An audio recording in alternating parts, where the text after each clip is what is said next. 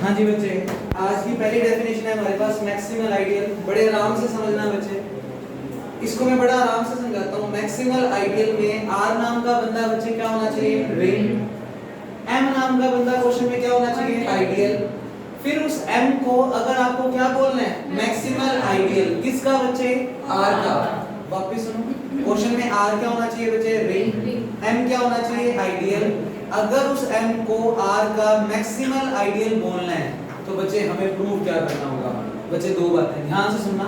एक तो m जो है वो r के इक्वल नहीं लेकर चले हम, कि ये जो m नाम का आइडियल है वो r के इक्वल नहीं है। दूसरी बात, i नाम का कोई अनदर आइडियल लेकर चले हो और वो इस तरीके से लेकर चले हो कि वो m और किसके बीच में है? r के बीच में। अब बच्चे अगर m को r का मैक्सिमल आइडियल बनना है तो जरूरी है कि ये जो बीच में आइडियल आपने बिठाया है वो खत्म हो जाए। वो क्या हो जाए बच्चे? खत्म। वो खत्म कब होगा? जब या तो ये वाला i नाम का बंदा किसके इक्वल हो जाए? m के, या फिर ये i नाम का बंदा किसके इक्वल हो जाए? r के। अगर ये i नाम का बंदा इसमें या इसमें किसी के भी इक्वल हो गया तो अपने बीच में से किसको खत्म कर दिया? i को।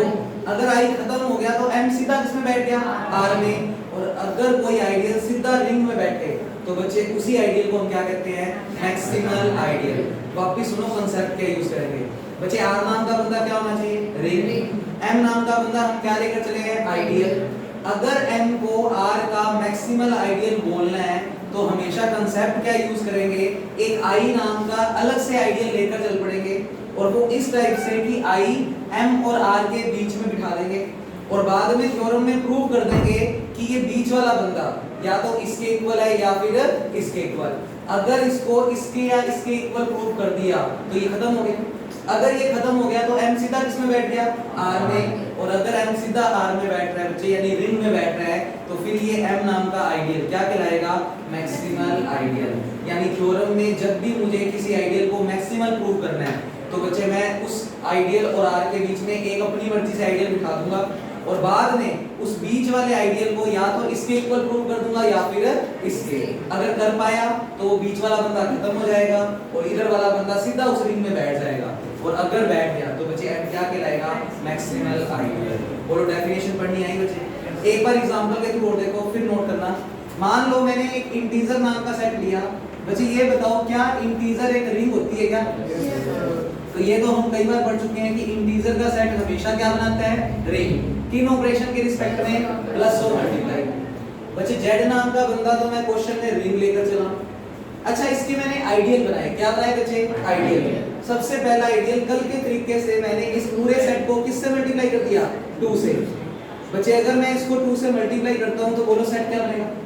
-6 -4 -2 0 2 4 6 एंड सो ऑन। और बच्चे इस आइडियल का जनरेटर कौन है? 2। जनरेटर किसको बोलते हैं? ऐसा बंदा जो पूरे सेट को क्या कर दे? जनरेट।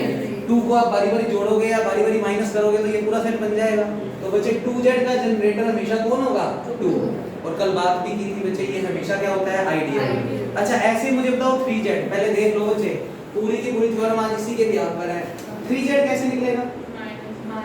इन सारे एलिमेंट्स को 3 से क्या कर दो? मल्टीप्लाई। बच्चे करेंगे तो बोलो क्या बनेगा? -9 -6 -3 0 3 6 9 एंड सो ऑन। बच्चे अगर इस सेट की बात करूं तो जनरेटर कौन है? 3। जो यहां पर मल्टीप्लाई में लिखते हो वही उसका क्या होता है? जनरेटर। तो बच्चे इसका जनरेटर हो गया 3। कुछ बात प्रूव करना चाहते हैं बच्चे, इसलिए लिख रहा हूं। मेरे को भी शौक नहीं है हिंदी लिखने का। बच्चे 4 की वैल्यू बोलो, लिखनी पड़ेगी। बोलो हाँ बच्चे, -12 -8 z से मल्टीप्लाई करना है 4 को। -4 0 4 8 12 एंड सो ऑन। बच्चे इसका जनरेटर बोलो 4। बड़े ब्रैकेट में लिखना है। हाँ, मुझे पता लग रहा है कि काम आराम से देख लो, बोर्ड पे फोकस रखना। बच्चे 4z के बाद 5z बनाने के लिए मैं z को किससे मल्टीप्लाई? 5। बच्चे बोलो क्या बनेगा? -15 -10 -5 0 5 10 15। काउंटिंग नहीं सीख रहे आज की क्लास में, बहुत बड़ा कांसेप्ट सीखने हैं बच्चे। एक 6 और लिखवा दो बस फाइनली। बच्चे 6 बोलो। -18 -12 -6 0 6 12 18। तो बच्चे ये सारे बंदे मैंने जेड से मल्टीप्लाई कर करके बनाए हैं। बच्चे इतने सारे एग्जांपल लिखने के पीछे बहुत बड़ा रीजन था, हम डेफिनेशन किसकी पढ़ रहे हैं, मैक्सिमल आइडियल, पर उसके लिए पहले बंदा क्या होना चाहिए, आइडियल। जेड नाम का बंदा क्वेश्चन में क्या है, ring. 2z 3z 4z 5z 6z और भी अगर मैं बनाता वो सारे आइडियल हैं। वो सारे किसके आइडियल है बच्चे, जेड के। इस पर रिंग का नाम और भी चल रहा है, क्या चल रहा है बच्चे, जेड। अब मुझे डेफिनेशन ये देनी है कि इन आइडियलों में से कौन कौन मैक्सिमल आइडियल है। कौन कौन क्या है बच्चे, मैक्सिमल आइडियल। मैक्सिमल आइडियल को मेन भाषा में समझ लो, अगर कोई आइडियल सीधा जेड में बैठे तो वो क्या है, मैक्सिमल। अगर सीधा जेड में नहीं बैठ रहा तो वो मैक्सिमल आइडियल नहीं है। अब बड़े आराम से देखना कि कौन कौन सा आइडियल सीधा जेड में जाकर बैठ रहा है। बच्चे पहले 2z को बुलाता हूं। 2z भी ये वाले एलिमेंट है। क्या ये बंदे, ये सारे एलिमेंट जेड के पास हैं? अगर इसको एक्सपेंड करें -4 -5 -6 -7 सब कुछ है ना, तो इसका मतलब 2z सीधा किस में जा रहा है, जेड में। तो 2z रिंग जेड का क्या है बच्चे, मैक्सिमल आइडियल। एक बार आगे बढ़ते हैं, 3z को सोचो, क्या 3z सीधा जेड में जा रहा है, सीधा जेड में जा रहा है। 3z 2z में तो नहीं जा रहा, क्योंकि 2z में तो 9 नाम का बंदा ही नहीं है, और 3z में 9 नाम के बंदे आ रहे हैं बच्चे, 3 भी आ रहे हैं जो इसमें नहीं है, तो ये सीधा किस में जा रहा है, जेड में। 3z भी जेड में सीधा जा रहा है, तो 3z भी क्वेश्चन में क्या है, मैक्सिमल आइडियल किसका, जेड का।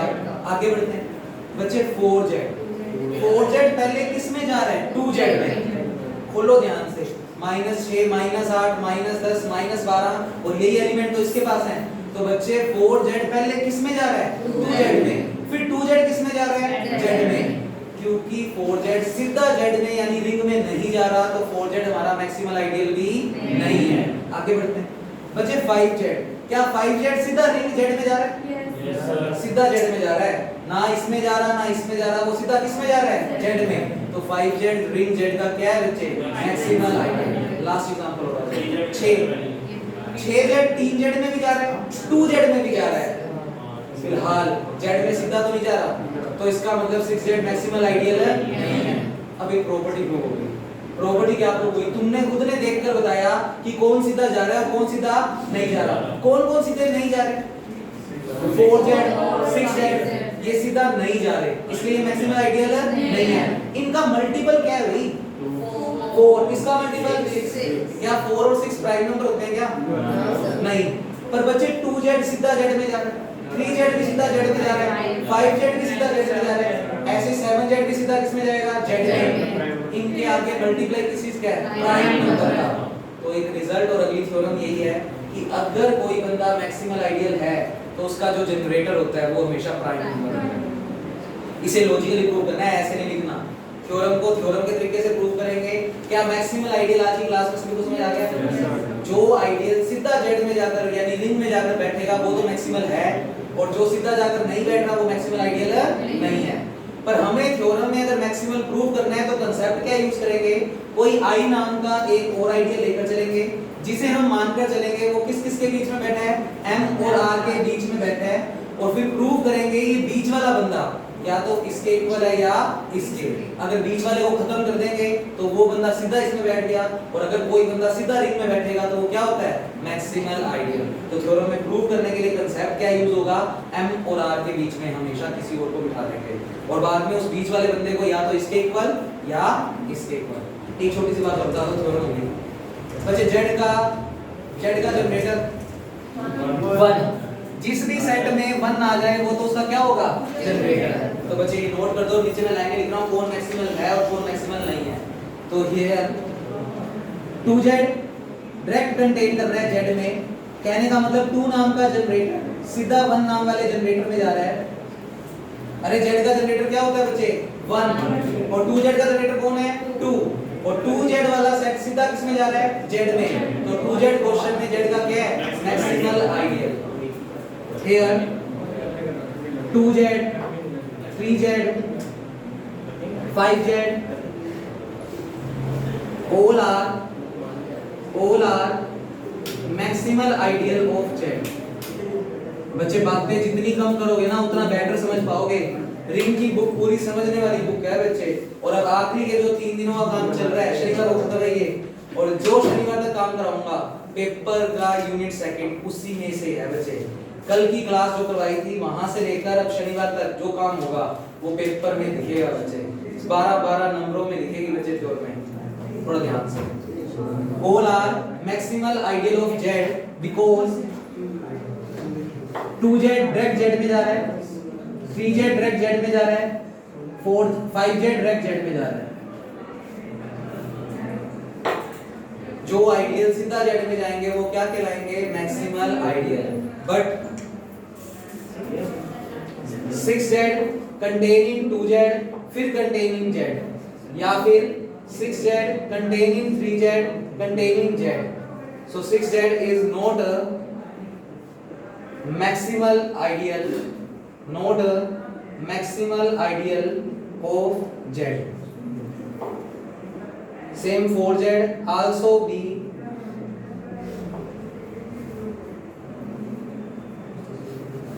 not a maximal ideal of z, ideal of z because 4z containing 2z containing z। जो आइडियल सीधा z में जाएंगे बच्चे, क्या चल रहा है तुम लोगों का? शोर बिल्कुल बंद करना है, यूं समझ नहीं आएंगी बच्चे बातें। बड़ा अच्छा और इजी कांसेप्ट बताया है और इसके बिहाफ पे दो थ्योरम में है बच्चे अपने पास रिंग के अंदर। मैक्सिमल आइडियल किसको बोलेंगे? ऐसा आइडियल जो सीधा रिंग में जाकर बैठ जाए उसे हम क्या कहेंगे? Maximal ideal. यदि कोई आइडियल पहले किसी और में बैठ रहा है और फिर जाकर रिंग में बैठ रहा है तो वो कभी भी मैक्सिमल आइडियल नहीं होगा।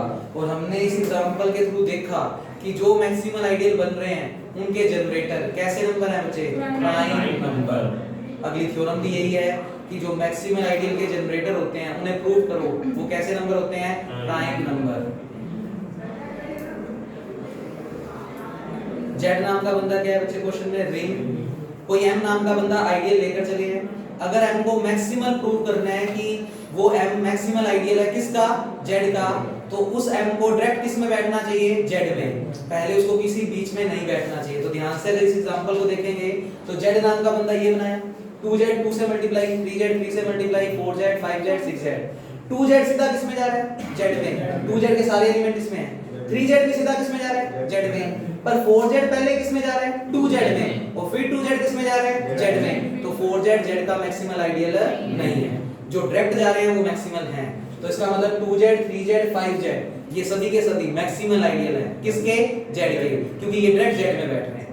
और प्रूव करने का कांसेप्ट, जब भी किसी को मैक्सिमल प्रूव करना है आप बीच में किसी को बिठा दो, यानी कि m को अगर मैक्सिमल प्रूव करना है r का तो m और r के बीच में क्या बिठा दो? i, और बाद में उस i को या तो m के इक्वल प्रूव कर दो या फिर r के। अगर ये इसके या फिर इसके इक्वल प्रूव हो गया तो ये खत्म हो जाएगा। अगर ये खत्म हो गया तो m सीधा किस में बैठ गया? r में। और अगर कोई बंदा सीधा r में जाकर बैठता है, रिंग में जाकर बैठता है, तो उसे हम क्या कहते हैं बच्चे? Maximal ideal. बोलो बच्चे ये थ्योरम समझ आ गई पूरी अच्छे से? तो देखा हमने कि 2z 3z 5z maximal ideal बन रहे हैं और उनके जनरेटर बच्चे, उनके नाम क्या के मल्टीप्लाई में क्या है? 2 3 5 कैसे नंबर है ये? Prime number. यानी मैक्सिमल आइडियल के जो जनरेटर होते हैं वो हमेशा क्या होते हैं? Prime number. लिखो बच्चे थ्योरम का स्टेटमेंट। थ्योरम नंबर है बच्चे 3.9। दो तरीके से पूछ सकता है पेपर में सर।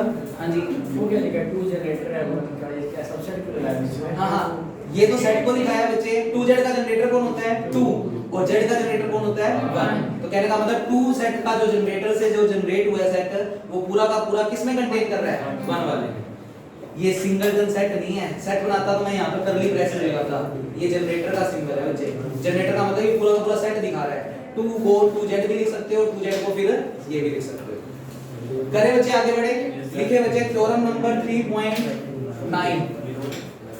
लिखो बच्चे इसको तो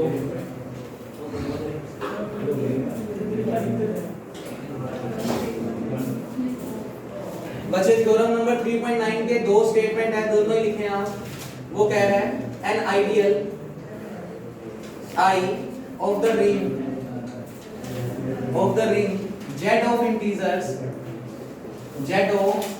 integers is maximal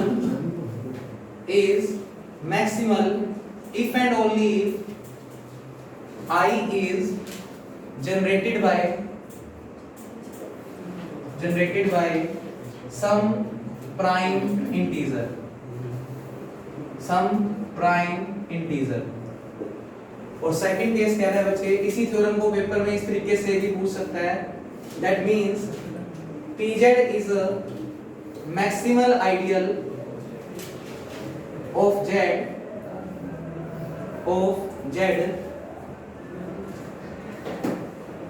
in z plus multiply if and only if p is prime। बच्चे पहले लिख लो आप लोग, फिर समझेंगे इसको।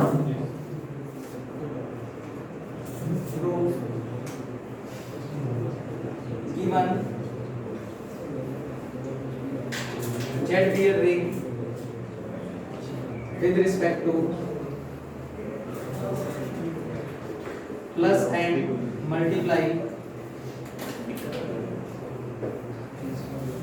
and I is an ideal of z, suppose I is maximal ideal of z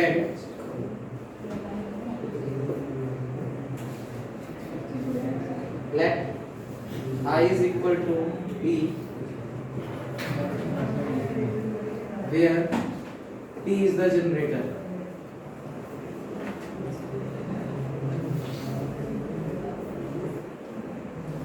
To prove p be a prime number,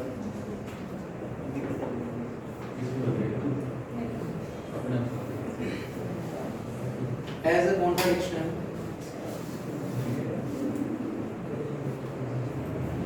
let p is not a prime number।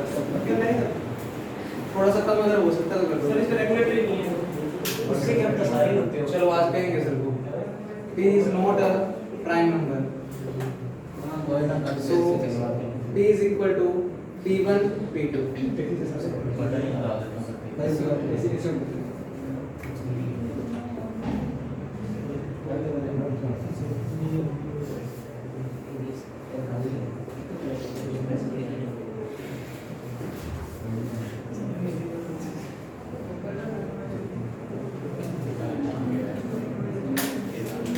बच्चे note करते वक्त इसको इक्वेशन नंबर 1 दे देना, इसको equation number 2 दे देना और इसको equation number 3।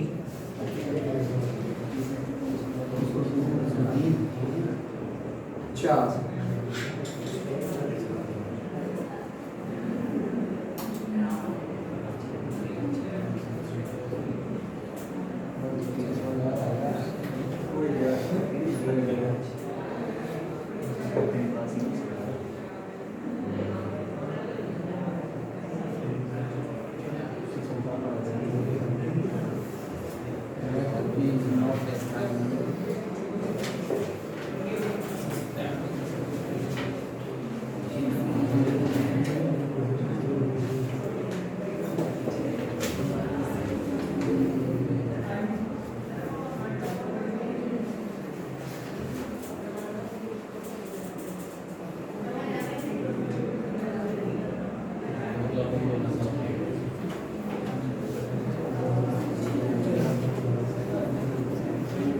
थोड़ा सा नोट करते हुए ध्यान से बच्चे, इन सबको स्मॉल ही लिखना, क्योंकि एलिमेंट्स को हम हमेशा किससे लिखते हैं बच्चे, स्मॉल से।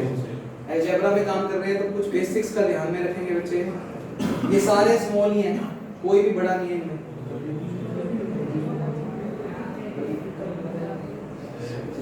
p की जगह l मान लिया तो क्या कह रहे हो? p की जगह l मान लिया कुछ मर्जी मान लिया करो। तो बच्चे ये सारे स्मॉल p हैं, p1 p2 p, ये सारे स्मॉल हैं क्योंकि एलिमेंट्स को रिप्रेजेंट कर रहे हैं।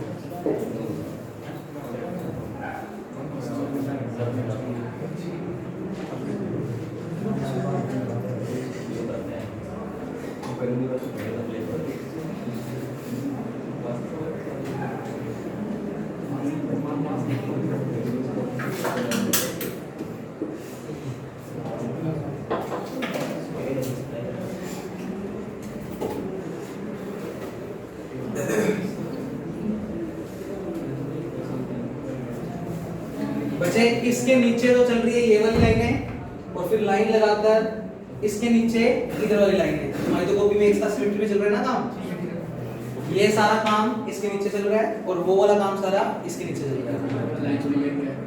लाइन लगाइए ना बच्चे, वो लाइन यहाँ पर भी चल रही है। ये लाइन तो लिखनी पड़ेगी बीच में, उसके बाद लाइन लगा के इधर और इधर।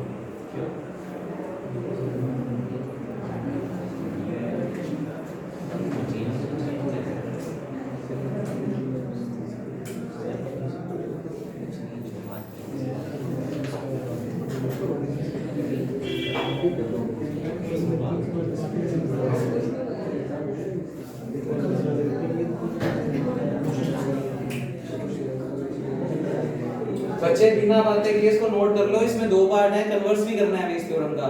और ये थ्योरम पेपर उठाकर देख लेना कितनी बार आएगी और फिर मानोगे। पेपर नहीं देख रहे तो तुम्हारी गलती है बच्चे।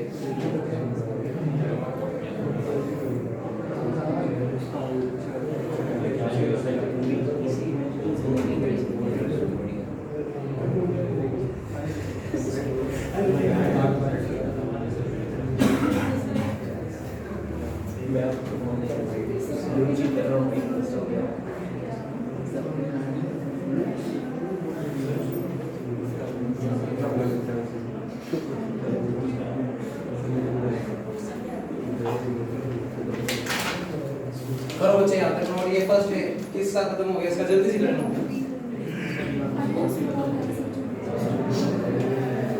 बच्चे मैक्सिमल का कंसेप्ट हम लोगों ने क्या सीखा है कि किसी भी आइडियल को अगर रिंग का मैक्सिमल आइडियल बोलना है तो पक्की बात है वो बंदा सीधा किसमें बैठेगा, रिंग में, उनके बीच में कोई और नहीं होगा।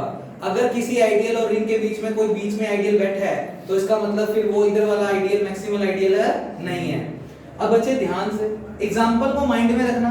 2z 3z 5z ये सारे किस में जा रहे थे, z में, तो ये सारे तो क्या थे, मैक्सिमल।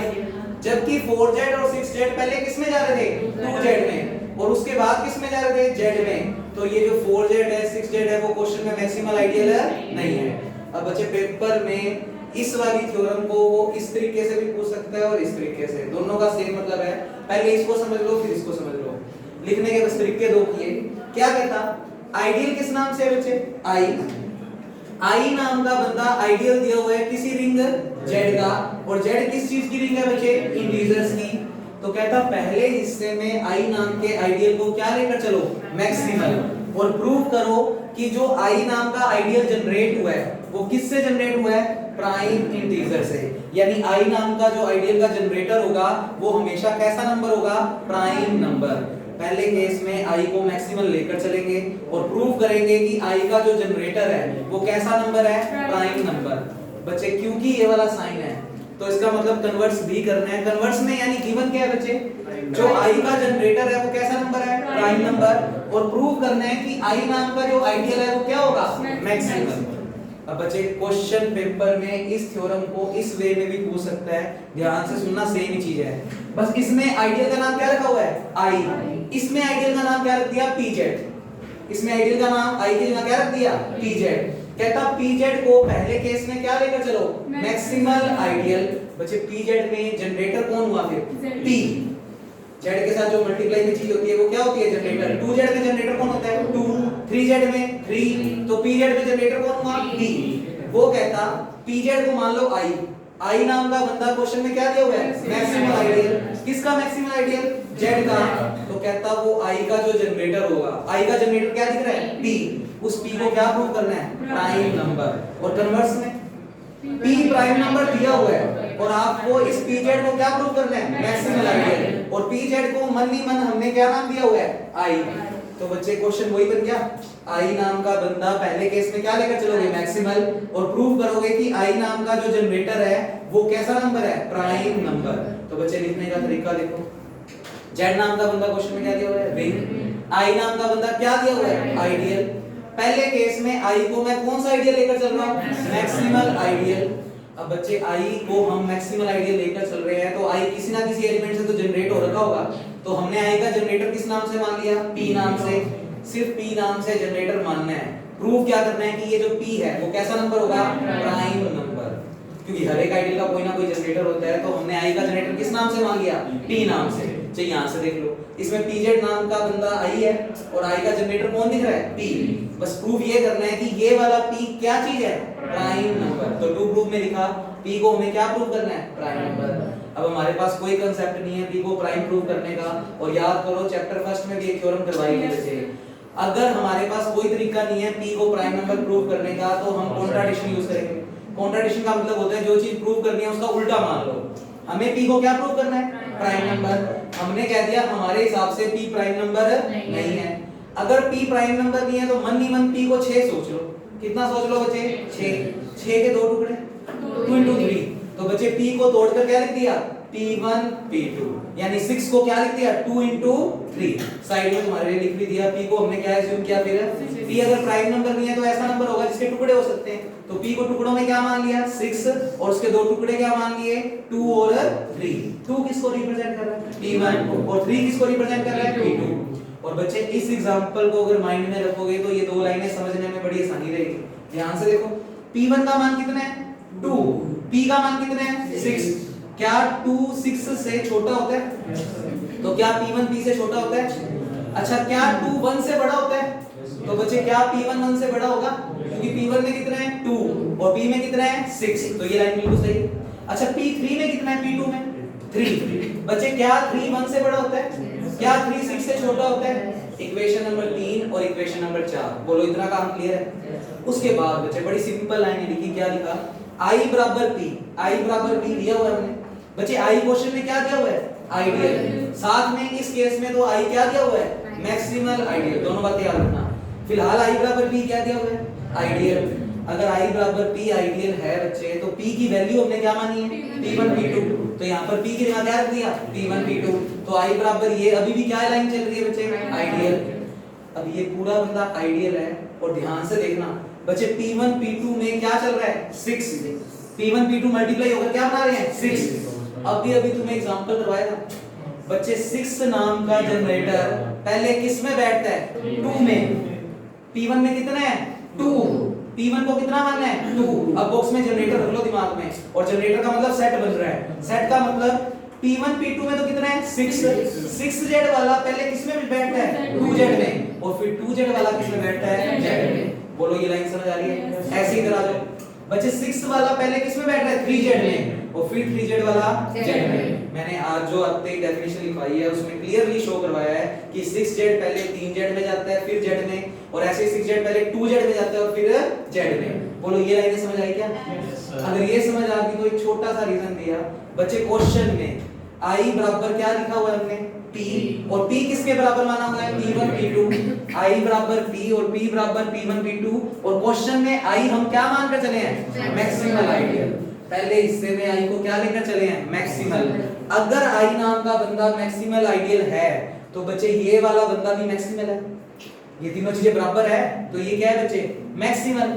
अगर ये बंदा मैक्सिमल आइडियल है z का, तो इसको सीधा किस में बैठना पड़ेगा, z में। पर हमारे पास तो लाइन ये बनी हुई है, चेक करो।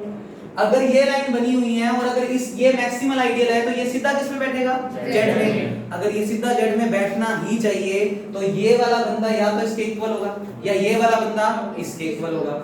मैक्सिमल की क्या डेफिनेशन थी, कि वो बंदा सीधा रिंग में बैठना चाहिए, क्योंकि p1 p2 हम क्वेश्चन में क्या लेकर चले हैं, मैक्सिमल आइडियल। i बराबर p मैक्सिमल दिया हुआ है ना, और p किसके बराबर है, p1 p2। तो कुल मिलाकर p1 p2 क्वेश्चन में क्या है, मैक्सिमल आइडियल। किसका, z का। अगर p1 p2 मैक्सिमल आइडियल है z का, तो p1 p2 को सीधा किस में बैठना चाहिए, z में। अगर इसको सीधा z में बैठना चाहिए, तो ये बीच वाली चीज क्या होनी चाहिए, खत्म होनी चाहिए। खत्म करने के लिए फिर इसको या तो इसके इक्वल होना पड़ेगा, या इसको इसके इक्वल। तो वहां पर लाइन लिखी क्योंकि आई क्वेश्चन में मैक्सिमल है तो ये बीच वाले को जरूरी है या तो इसके बराबर होना पड़ेगा या फिर इसके। तो बच्चे P1 P2 को या तो P1 के बराबर होना पड़ेगा या इस P1 को किसके बराबर होना पड़ेगा, Z के। ऐसी तरह बच्चे P1 P2 क्वेश्चन में क्या है, मैक्सिमल आइडियल। अरे P1 P2 वैसे मैक्सिमल नहीं है, I बराबर P तो मैक्सिमल दिया हुआ है ना। अगर I बराबर P मैक्सिमल है और P किसके बराबर माना हुआ है, P1 P2, तो I बराबर P है और P बराबर P1 P2 है और वो सारे क्या है, मैक्सिमल। अगर वो मैक्सिमल है तो बीच में कोई नहीं होना चाहिए, तो इस बीच वाले को या तो इसके इक्वल होना पड़ेगा या फिर इसके इक्वल। तो मैंने क्या लिखा, आइदर ये चीज या तो इसके इक्वल होगी या ये बंदा इसके इक्वल होगा, इसको तो खत्म होना ही पड़ेगा। ऐसे बच्चे इसको पढ़ो, ये बंदा मैक्सिमल आइडियल है Z का, तो इसको सीधा इसमें बैठना है। अगर इसको सीधा इसमें बैठना है तो बीच वाली चीज को या तो इसके इक्वल होना पड़ेगा या बीच वाली चीज को इसके इक्वल होना पड़ेगा। बोलो ये लाइनें समझ आ रही है? अच्छा अब हमें जनरेटर सभी के पता है बच्चे, P1 P2 तो एज इट इज किसके बराबर है, P1 मन ही मन। P1 P2 कितने हैं, 6 और P1 कितना है, 2। क्या 6 और 2 बराबर होते हैं क्या? या सेट में देखें तो 6Z वाला जो भी सेट था और 2Z वाला जो भी सेट था वो बराबर तो नहीं थे। बड़ा सेट कौन सा था, उसमें 2Z बड़ा था और 6Z क्या था बच्चे, छोटा। 2Z में सारे एलिमेंट आएंगे, 6Z में उसके कुछ कुछ एलिमेंट जाएंगे 2Z में, तो ये दोनों कभी बराबर नहीं हो सकते। और ये लाइन हमने यहाँ लिखी हुई है बच्चे, P1 P से क्या है बच्चे, छोटा, और P की वैल्यू किससे बराबर है, P1 P2। तो P1 P2 तो बड़ा होता है P1 से, बराबर तो होता ही नहीं। तो मैंने क्या लिखा, from equation 3 which is impossible. अब इसमें आ जाओ बच्चे, Z का जनरेटर कितना होता है, 1, और P1 मान लो P1 ही है तो P1 किसके बराबर आ गया, 1 के। एक्चुअल में P1 में वैल्यू कितनी है, 2। क्या 2 और 1 बराबर होते हैं क्या? तो ये बात भी पॉसिबल नहीं है। इसका मतलब हमने जो मानना वो गलत मानना। हमने गलत क्या माना था कि P प्राइम नंबर नहीं है, इसका मतलब P प्राइम नंबर ही है। ऐसे दूसरे केस में आ जाओ बच्चे, दूसरे केस में ये लाइन चल रही है बच्चे, क्या ये इसके इक्वल हो सकता है क्या? P1 P2 में कितना है, 6 और P2 में कितना है, 3। क्या 6 वाला सेट और 3 वाला सेट बराबर थे क्या?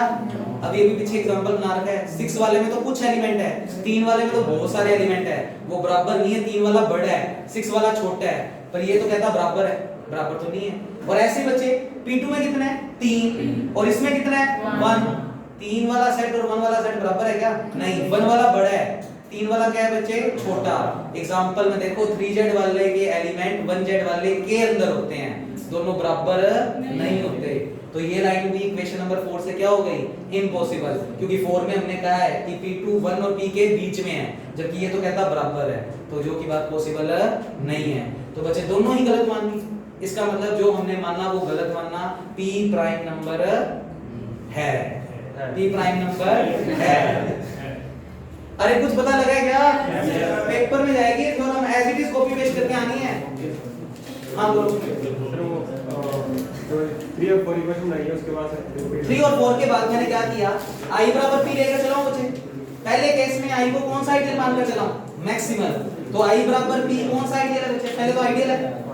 अगर I बराबर P आइडियल है और P किसके बराबर है, P1 P2, तो P की जगह क्या रख दिया, P1 P2। अभी भी ये क्या चल रहा है, आइडियल। अब ये आइडियल है और P1 P2 में मन ही मन P1 P2 मिलाकर क्या बना रहा है, 6 बच्चे। 6Z वाला एग्जांपल देख लेना, अभी पीछे वाला 6Z पहले किस में जा रहा है, 2Z में, और 2Z किस में जा रहा है, Z में। P1 में 2 ही है ना, तो 6 वाला पहले किस में जा रहा है, 2 वाले में, और 2 वाला किस में जा रहा है, Z में। सेट की बात कर रहा हूं मैं बच्चे, ध्यान रखना। इधर जनरेटर के साइन लगाने का मतलब ये सेट चल रहे हैं। जैसे जनरेटर लगा दिए तो ये अपने आप में सेट लेकर बैठा है। कौन सा सेट लेकर बैठा है, 6Z। अपनी कॉपी में तो लिख सकते हो, पेपर में नहीं लिखना, पेपर में तो यही लाइनें लिखनी है। इसके नीचे लिख लो, ये किसको रिप्रेजेंट कर रहा है, 6Z को, ये किसको रिप्रेजेंट कर रहा है, 2Z को, और ये तो Z है ही। और अभी भी पीछे एग्जांपल में दिखा के भी आए हैं, 6Z पहले किस में जाता है, 2Z में, और 2Z किस में जाता है, Z में। बोलो ये लाइन क्लियर है? ऐसे 6Z पहले किस में जाता है, 3Z में, और 3Z किस में जाता है, Z में। पर क्वेश्चन में हमें I बराबर P कौन सा आइडियल दिया हुआ है, मैक्सिमम। तो क्या लिखा, I बराबर P, और P किसके बराबर है, P1 P2, और क्वेश्चन में वो क्या दिया हुआ है, मैक्सिमल। अगर वो मैक्सिमल है तो फिर इस बंदे को, ये I है ना, इसका नाम वैसे क्या है, P, और P को फिर आगे क्या लिख सकते हैं, I। तो बच्चे I Z का क्या है, मैक्सिमल आइडियल। अगर I Z का मैक्सिमल आइडियल दिया हुआ है तो ये बीच वाले को खत्म होना पड़ेगा। खत्म होने का मतलब इस बीच वाले को या तो इसके इक्वल होना पड़ेगा या फिर इसके। लिख दी लाइन। ऐसे ही ये बच्चे क्या है, I और ये मैक्सिमल दिया हुआ है। अगर ये मैक्सिमल दिया हुआ है तो ये सीधा किसमें बैठना चाहिए, इसमें। तो फिर बीच को खत्म होना पड़ेगा, तो बीच वाले को या तो इसके इक्वल या फिर इसके इक्वल। बोलो ये लाइन समझ आई। अब इन सब के जनरेटर बच्चे, ये मन ही मन क्या चल रहा है 6z। क्या 6z वाला सेट 2z वाले सेट के बराबर होता है क्या? 2z वाला बड़ा सेट होता है, 6z वाला क्या होता है, छोटा। तो ये बराबर नहीं हो सकते। नहीं तो यहां से देख लो, p एक्चुअल में p1 p2 है। p बड़ा ही हो सकता है किससे, p1 से, छोटा नहीं हो सकता। पर यहां तो ये क्या आ गए बच्चे, equal, which is not possible. ऐसी z का जनरेटर कौन होता है, 1। क्या 2 और 1 बराबर हो सकते हैं क्या? नहीं। मन नहीं मन, देखो ये एग्जांपल जनरेटर के रूप में लेकर सोचना है, ठीक है ना। तो बड़े आराम से हमने दिखाया कि ये बंदा इसके इक्वल भी नहीं हो सकता, ना ये बंदा इसके इक्वल हो सकता। तो इसका मतलब ये बात इम्पॉसिबल है, और होनी भी थी, क्योंकि हमने गलत ही माना था। हमने क्या गलत माना था कि p प्राइम नंबर नहीं है। इसका मतलब पक्की बात है p क्या होगा बच्चे, प्राइम नंबर होगा। तो इसके बाद नीचे लाएंगे कितने हैं हम। So our assumption is wrong, that means p is a prime number। बोलो कर दोगे क्या ये थ्योरम? कहां पे? इक्वेशन 3 से ऊपर लिखा ना, इक्वल ये तो चल ही रहा है ना। 6z वाला सेट क्या z 2z के बराबर होता है क्या? वो और लिखा ना आपने, नीचे वाले इक्वल आ गई ना आपने। हां, इसी ऊपर वाली लाइन है, हां इसके इक्वल कर लगा दी चारों इक्वल भी बचे, ये और ही है सर इक्वल ही होगा, p1 तो और ही है। p1 तो इक्वल है। अरे नहीं, ये लाइन चल रही है और में ये वाली लाइन चल रही है, दोनों ही बातें इम्पॉसिबल है, सारे इक्वल नहीं है। कर दोगे क्या बच्चे? अच्छा कन्वर्स में क्या करना है? कन्वर्स में t पक्की बात है कैसा नंबर है, प्राइम। और हमें i को क्या प्रूव करना है, मैक्सिमल i। तो हेडिंग लगाओ कन्वर्स।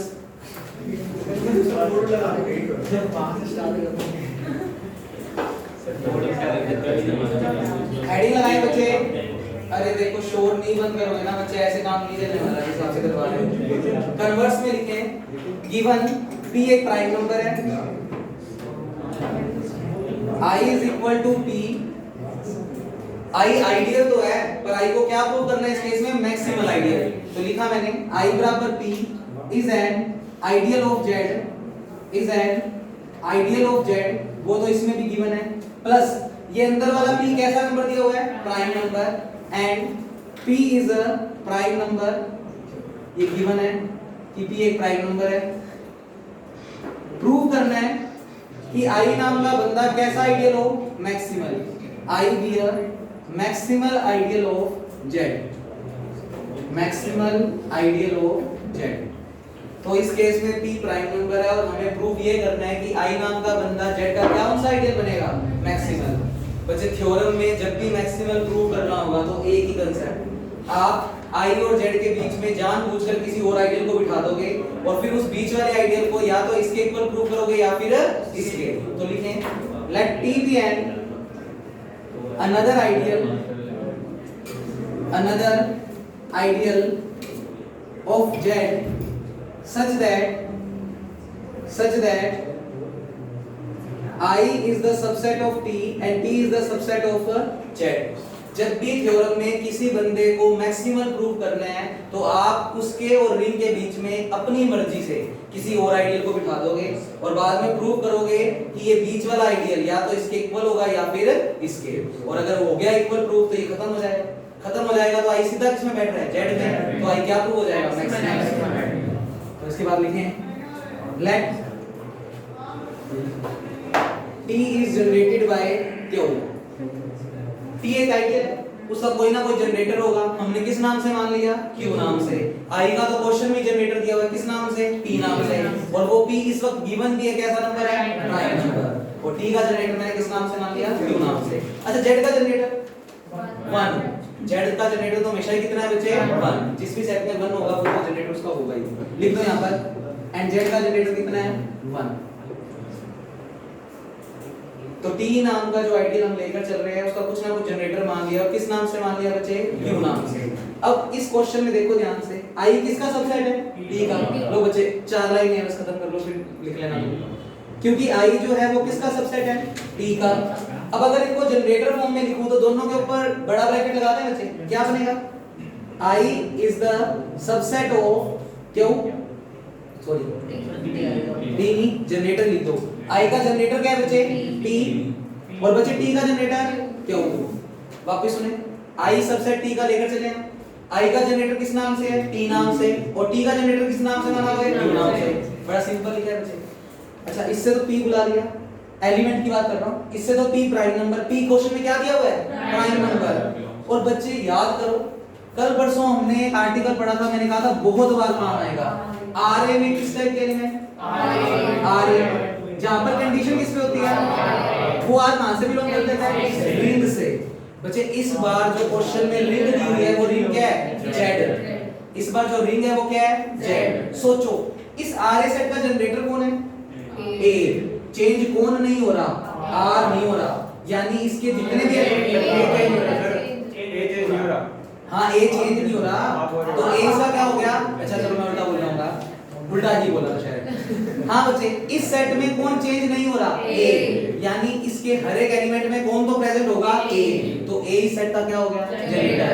अब सोचो अगर क्यू नाम का कोई सेट है, तो इसका जनरेटर अगर क्यू है, तो इससे जो भी सेट बनाऊंगा उसमें कौन प्रेजेंट होगा Q.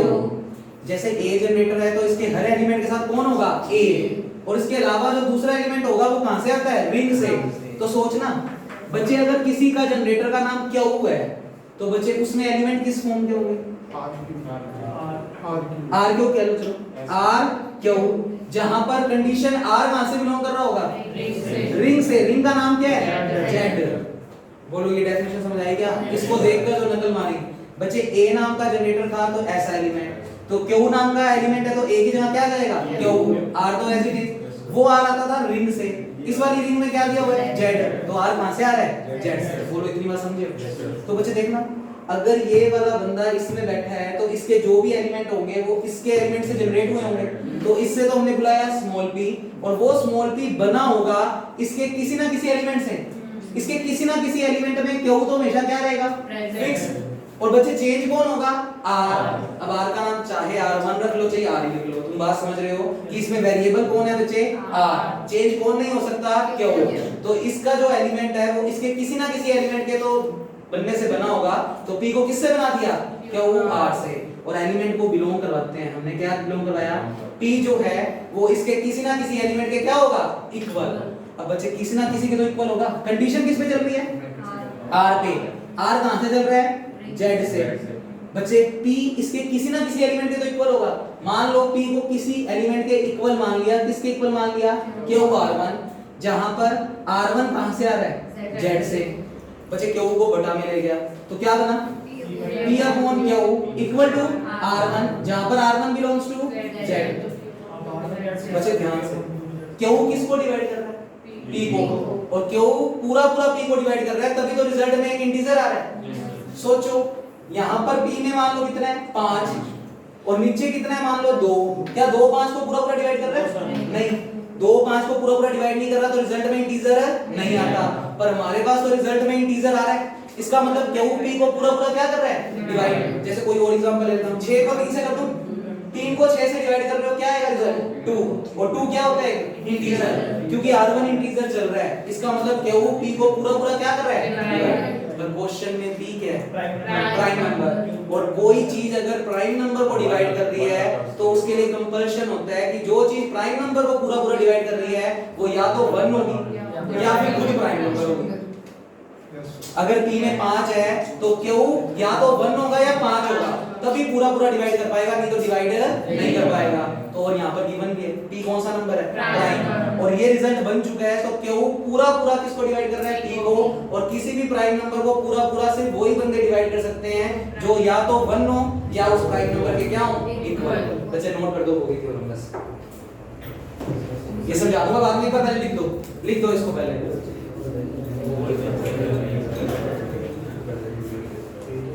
That means q is divisor of p, q is divided by p is divided by q, p is divided by q, but p is a prime number,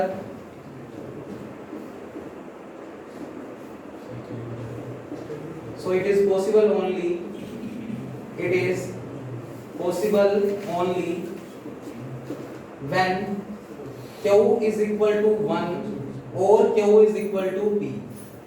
फिर जनरेटर के sign लगा दो और Q P, सारों के नाम लिख दो। Q का नाम है बच्चे T, 1 वाले का नाम है Z, Q का नाम है T और P वाले का नाम है I। और हमारे को थ्योरम में प्रूव भी ये करना था कि जो बीच वाला बंदा हमने बिठाया था वो या तो Z के बराबर हो जाए या फिर I के, जिससे वो बीच में से खत्म हो जाए। अगर वो बीच में से खत्म हो गया तो दैट मींस I नाम का आइडियल सीधा किस में बैठ रहा है? Z में। और अगर कोई आइडियल सीधा Z में जाकर बैठे तो वो क्या कहलाता है? Maximal ideal. So I is maximal ideal of Z। ये बच्चे पूरी थ्योरम कंप्लीट हुई है। ये तो भूलना ही नहीं है जिंदगी में, जिंदगी में नहीं भूलना बच्चे ये काम। अगर आगे एमएससी मैथ्स करके लेवल में करनी है तो जरूरी है कि ऐसे सेटों को पढ़ना आना चाहिए बच्चे। हाँ बोलो सर आप लोग रोक रहे हैं यहाँ तक आनी समझ आ गई? बाकी बच्चे नोट कर ले और जिनको जाना है वो जा सकते हैं बच्चे। पहले इसको वीडियो ओपन कर लो।